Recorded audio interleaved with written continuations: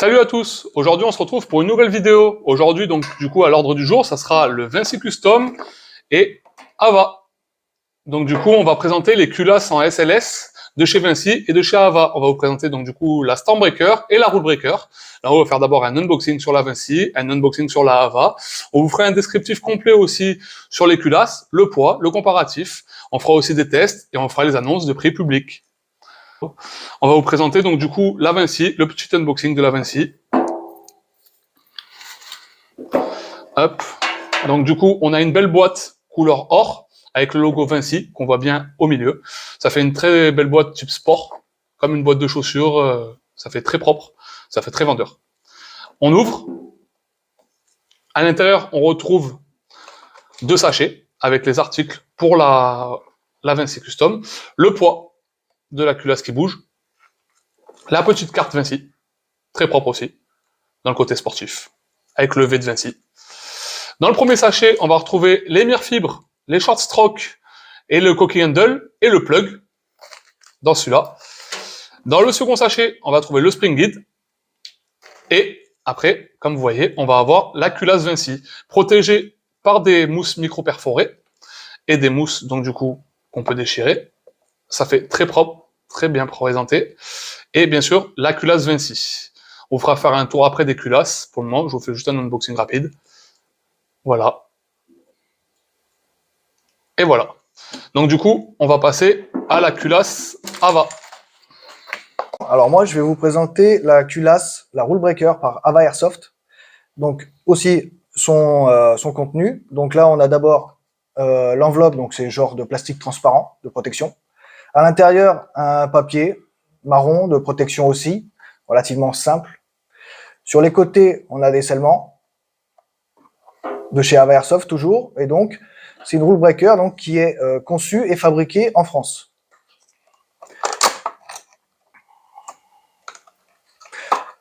Donc pareil, la même matière, donc du SLS. Voilà, noir, relativement sobre, et en split.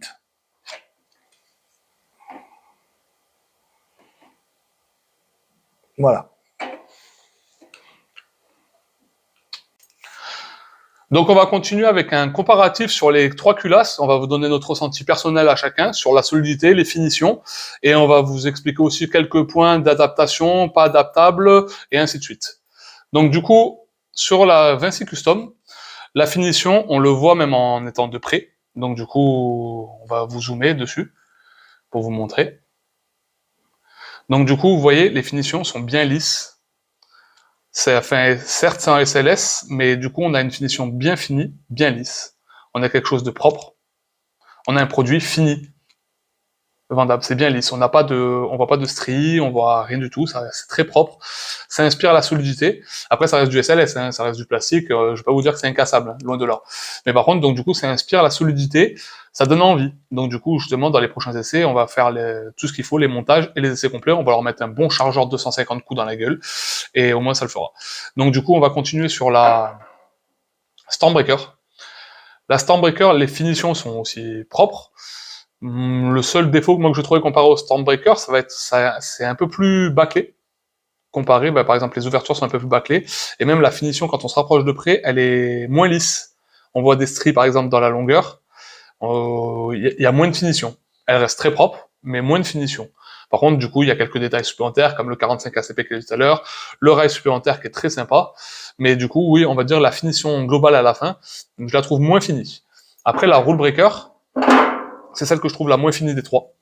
La Rule Breaker, le défaut, on va dire, c'est aussi le côté design. Elle fait très simple, elle est très simpliste. Après, justement, pour ceux qui aiment, pour un peu plus les puristes et tout. Mais par contre, du coup, elle est moins finie. Là, on commence à bien voir les traits, en fait, dessus, du SLS. On les voit correctement. Même sur les finitions, les rainures et tout, on voit les traits des SLS. Et donc, du coup, moi, je la trouve beaucoup moins finie. Après, c'est peut-être le fait qu'elle soit en monobloc qui fait cet effet-là. Mais je la trouve moins finie que les deux autres. Donc, du coup, ça, c'est mon ressenti solidité. Par contre, justement, sur la solidité, celle-là, elle a l'impression d'être plus solide. Donc après, peut-être qu'une impression, mais elle donne cette impression-là. Moins finie, mais plus solide. Donc voilà, maintenant je vais juste faire un petit point sur ce qui est adaptable et ce qui n'est pas adaptable.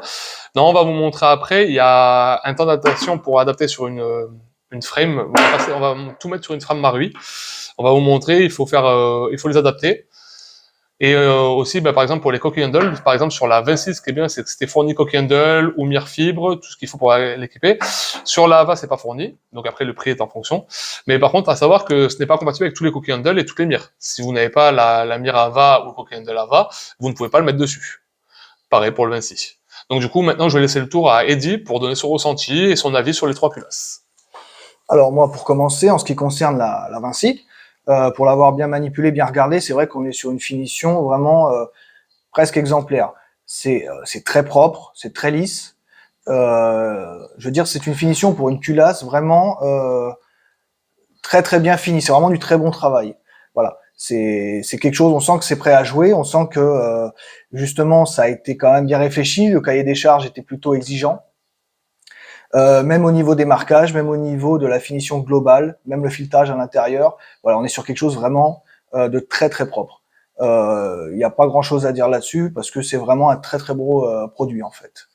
Après, en ce qui concerne les culasses Ava, donc là, la Stormbreaker, on est sur une finition bon, qui est quand même bonne aussi, mais un petit peu plus grossière, façon de parler. Tout est relatif, on parle quand même d'une culasse, mais on sent voilà, que y aurait un petit manque au niveau de la finition, bien que relativement bonne. Après, c'est vrai que ça inspire quand même la solidité. On est quand même pareil sur du SLS, donc on n'est pas non plus sur du métal. Mais on va dire que voilà, j'accroche un petit peu moins au niveau de la finition de la Stormbreaker. Et après, en ce qui concerne la Rule Breaker, donc la plus simple entre guillemets, donc celle-là n'est pas ajourée. Elle est split mais non ajourée. Après, au niveau de sa finition, alors bon, moi, elle me dérange pas trop, je la trouve plutôt bonne. Mais c'est vrai qu'après, voilà, tout est relatif par rapport au prix aussi, hein, évidemment. Mais je la trouve plutôt bonne, je la trouve plutôt sympa. J'ai tendance à la préférer à la Stormbreaker justement. Donc après, à voir par la suite avec des essais justement de tir, hein, d'où l'important. Mais je pense que ça peut en faire une bonne culasse aussi. Donc on continue cette vidéo avec la présentation des culasses. On va peser les culasses et on va vous faire un tour rapide un peu de comment elles sont formées, notre ressenti en termes de solidité et de finition.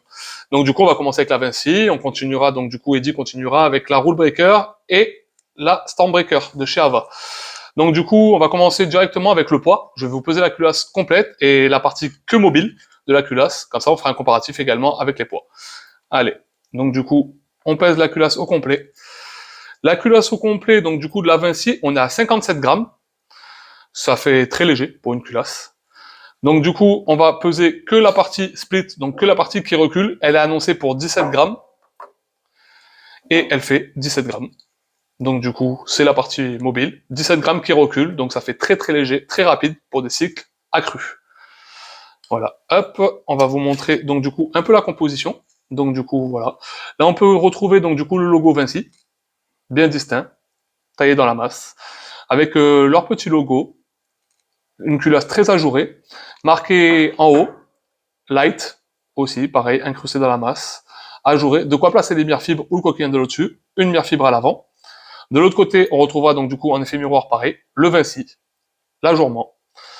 Ils sont filetés en 14 mm, enfin en 11 mm anti-horaire pour pouvoir mettre les adaptateurs type Aztec classique pour pouvoir mettre les traceurs. Et il faut les accompagner avec des blowback housing allégés. On vous fera aussi de toute façon le récapitulatif complet de ce qu'on va monter dedans et qu'est-ce qu'il faut pour faire un bon cyclage et une bonne durée de vie. Les canons sont directement intégrés dedans, les canons externes, les hauteurs barrels. Donc du coup, vous n'avez juste à installer donc du coup un bloc hop-up, un canon, un joint et un blowback housing avec nozzle. Donc ça, c'était pour la Vinci Custom.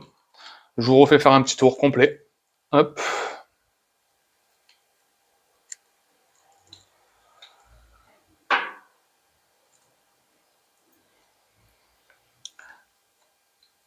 Et voilà, on va passer sur la Ava. Alors, concernant la Ava, on va faire donc sa pesée complète sur la balance. Pour un poids total, là, de 61 grammes. Je vais passer à la partie mobile uniquement.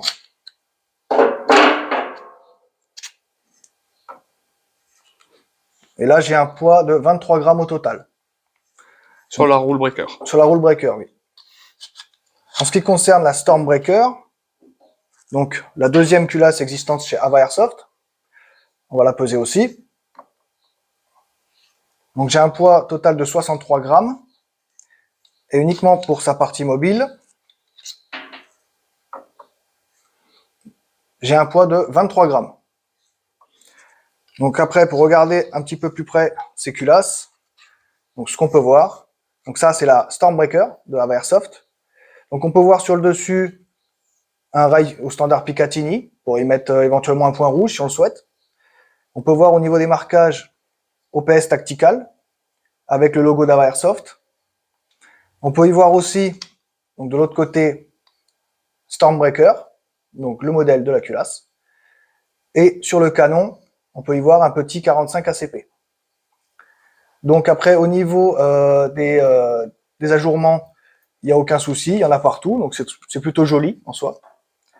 Le canon, il est fileté aussi en 11 mm anti-horaire, pour pouvoir y fixer justement l'adaptateur afin d'y pouvoir y mettre un traceur. On peut y mettre aussi évidemment des mires standards ou d'autres types de visées, et on peut aussi y mettre une mire à l'avant. Voilà. Donc après, en ce qui concerne la rule breaker, donc on est sur quelque chose d'un petit peu plus, on va dire, simple. La finition est relativement bonne. Donc pareil, de type split, avec au-dessus le logo de chez Ava Airsoft. Et là, sur le côté, donc le nom du modèle, Rule Breaker. On peut aussi y rajouter évidemment ces mires, donc compatibles, et le guidon devant au standard. Il suffit, comme pour la Vinci, justement, ça dispose déjà de canons externes pour les deux. Il suffit juste de rajouter un blowback housing allégé, un nozzle, un block hop-up et un canon interne. Du coup, on va continuer la suite de la vidéo. Donc, du coup, on va faire les montages sur les trois culasses. On va faire les trois mêmes montages. On va filmer le montage. Et on va faire aussi des ajustements pour mettre sur la frame Marui. Des trois, on va vous expliquer les ajustements à faire. Et après, on va faire les tests directement de tir. Donc, du coup, voilà, on vous laisse suivre la suite de la vidéo. Donc, du coup, on va vous montrer ce qu'on va mettre dans les trois. On va faire trois montages. Donc, on va mettre un blowback housing allégé de chez Coco. On va mettre un nozzle de chez Coco. Un ressort renforcé de chez Coco. Hop. Un spring de chez Coco. Et à chaque fois, bloc hop-up, canon et joint Marui. Voilà, je vais laisser le mécano maintenant faire. Et à tout de suite.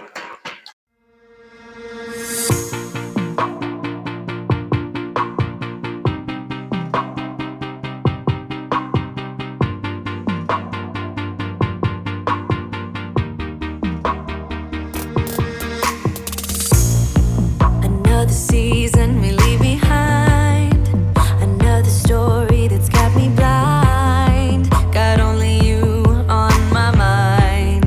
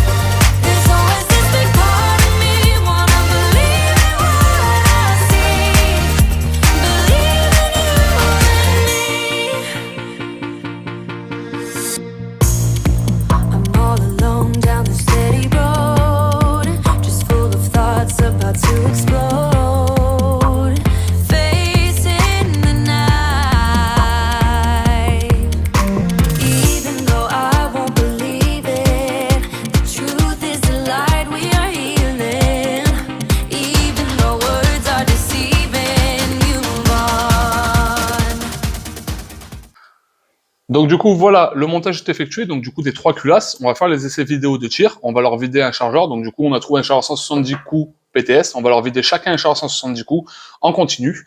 Alors du coup, tous les montages, comme vous avez vu, sont faits pareil. La seule différence qu'il y a sur la Vinci, le spring, comme il est fourni, on a mis celui qui est fourni. Sur les autres, il n'est pas fourni, donc on a mis en fonction. Comme vous avez pu le voir justement précédemment dans la vidéo accélérée, la Stormbreaker a demandé donc du coup un ajustement, donc cyclage à sec. On a cyclé à peu près pendant 5 bonnes minutes sur ce modèle-là. La Rule Breaker n'a pas besoin de cyclage à sec, on sent qu'elle accroche un petit peu, mais ça a l'air d'être fluide. La Vinci Custom, elle glisse toute seule. À savoir que dépendant des modèles, nous on avait déjà monté à l'époque des Stormbreaker, des fois elle demande un peu plus de cyclage à sec. Donc du coup, il faut faire de l'ajustement à sec. Pas besoin de sortir une Dremel non plus, mais il faut les faire cycler à sec. C'est le temps que ça se fasse, que le CS enlève les dépôts, et ainsi de suite. Donc du coup, on va continuer sur la vidéo test. Allez, on se retrouve tout de suite pour la vidéo test. Donc du coup, test de la Rule Breaker, donc du coup à 80 PSI en HPA avec un kit M4, 170 coups. On va tester en continu. Allez, on est parti.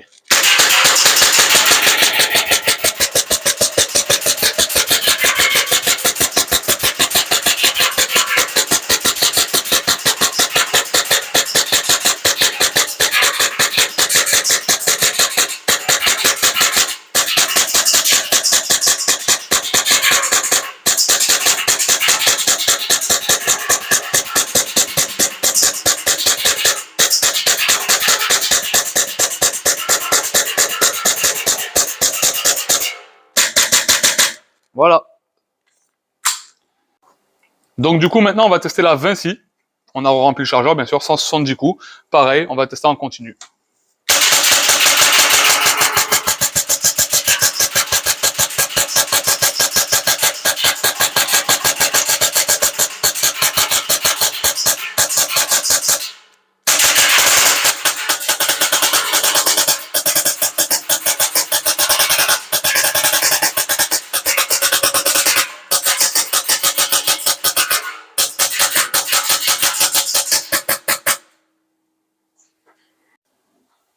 Donc, test Stormbreaker.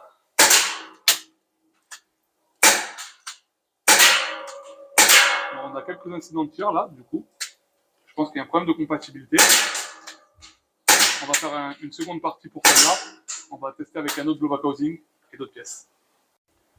Donc on finit par la Stormbreaker, suite au problème qu'il y a eu précédemment. On a fait des modifications, on expliquera dans la suite quelles modifications on a fait pour que ça fonctionne. Et là on va faire les tests de cyclage.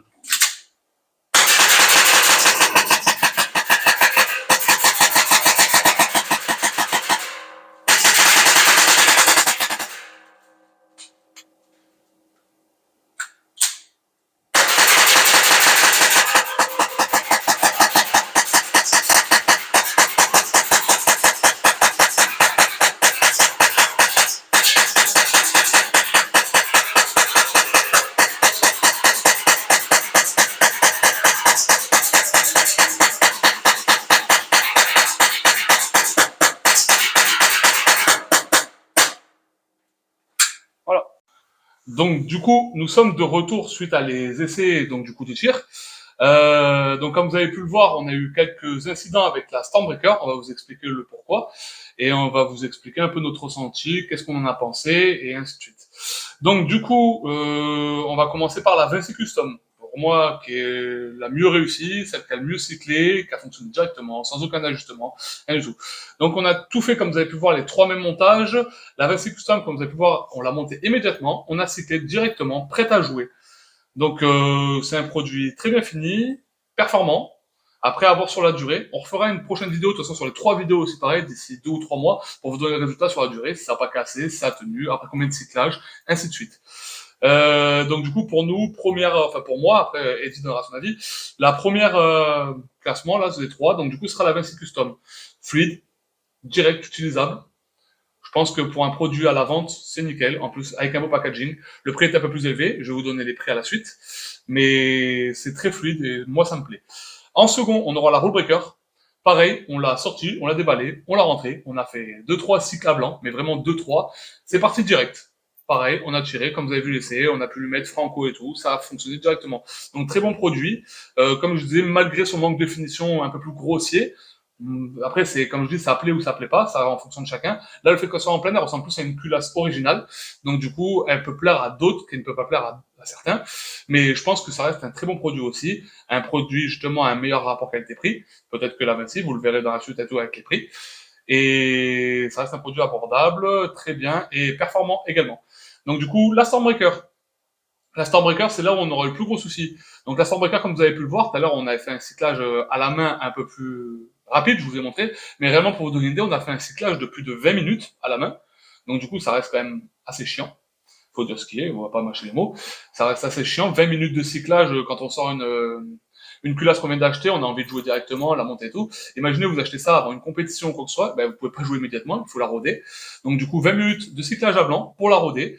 Et après, comme vous avez pu le voir, donc du coup, notre premier essai, on avait mis le même ballback housing, tout pareil que les autres. On avait un problème d'accident du tir, donc du coup, la réplique qui se bloquait, qui faisait un coup, elle se bloquait, un coup, elle se rebloquait. Donc du coup, il s'avère que le blowback housing qu'on avait mis de chez Coco, c'est les versions noires, c'est le BBH01, n'était pas compatible, n'a pas fonctionné. Du coup, on a mis une version grise, donc le BBH02 de chez Coco, qui là a fonctionné après quand même quelques ajustements. On a retravaillé, il va vous donner plus les détails techniques, Eddy, mais on a retravaillé en fait l'intérieur de la culasse, là où il y a le ressort de nozzle, pour pouvoir cycler et éviter ces blocages. Donc du coup, malgré ces problèmes, donc du coup, comme vous avez pu le voir après, ça cycle très bien, ça va vite. Par contre, du coup, jusqu'à une certaine vitesse, parce que comme on va faire un comparatif tout à l'heure à la Vinci, vous avez bien vu, je suis allé assez vite. Ça n'a pas fait de raté, rien du tout. Alors que là, avec la Stormbreaker, ben, dès que j'ai commencé à accélérer, j'ai eu un raté. J'ai dû reprendre la culasse et repartir. C'est pas grand chose, parce que quand même, on va très vite. Mais par contre, on le sent, voilà, il reste quand même de la finition. C'est pas un produit pour moi 100% fini. Il reste à peaufiner les choses. Donc voilà. Malgré le manque de finition, les quelques incidents comme ça, voilà, pour moi, ce sera classé sur les 3. Ça sera la dernière culasse que je conseillerais. Donc du coup, mon ressenti sur les 3, la Vinci, très bon produit, directement sorti de boîte. Rule Breaker, très bien aussi. Le design qui change, ça plaît pas. La Stormbreaker, pour moi, elle reste à peaufiner. Surtout avec l'histoire du rodage, les quelques finitions à faire et tout. Ça reste gros s'il faudrait peaufiner et affiner tous ces détails. Donc voilà, je laisse la parole à Eddy sur son ressenti et son avis. Alors moi, de ce que j'ai pu voir, donc déjà la Vinci, hein, très clairement, on est sur un produit vraiment haut de gamme. Le montage, il est bolt-on, c'est-à-dire qu'on met ses pièces dedans, on met la culasse sur le pistolet et c'est parti. Aucun incident de tir. Les pièces se montent parfaitement à l'intérieur. C'est pour ça qu'on a utilisé justement pour les 3 culasses exactement les mêmes pièces à la base, pour rester impartial. Au niveau du cycle, extrêmement rapide, très fluide.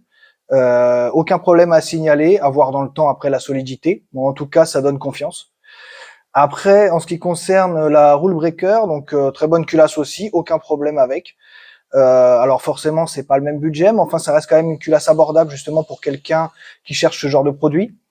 Donc, je peux le conseiller aussi. Ça reste une bonne culasse en soi. Après, en ce qui concerne la Stormbreaker, alors on a eu quelques soucis justement, pas au niveau du montage, mais au niveau du cycle des tirs. Il y a eu plusieurs ratés, malgré justement le fait d'avoir essayé de la roder pendant à peu près 20 minutes. Et on a utilisé justement une deuxième culasse, Stormbreaker, avec des pièces différentes exprès, ce qui avait déjà été retravaillé. En fait, la Stormbreaker, elle nécessite le fait d'être retravaillée à l'intérieur, là où vient se situer le blowback housing, et surtout le ressort de nozzle, parce qu'en fait, sa matière et sa finition un petit peu granuleuse, un petit peu grossière, fait que les pièces ont du mal à coulisser correctement. Surtout le ressort de nozzle qui a tendance à se déformer si on retravaille pas ces pièces avant.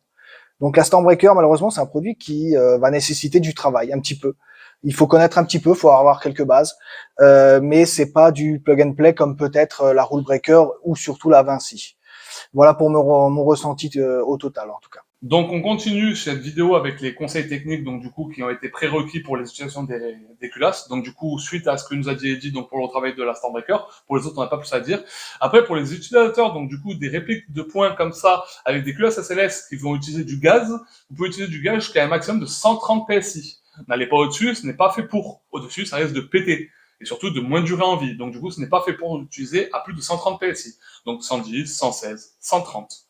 On est bon pour ça. Donc du coup, pareil pour l'HPA. Les utilisateurs en HPA, on utilise les culasses en HPA de 80 à 100 PSI maximum. Et du coup, de toute façon, jusqu'à 100 PSI, on est à peu près à 1 joule 1. Donc du coup, on ne dépasse pas les 1 joule 1.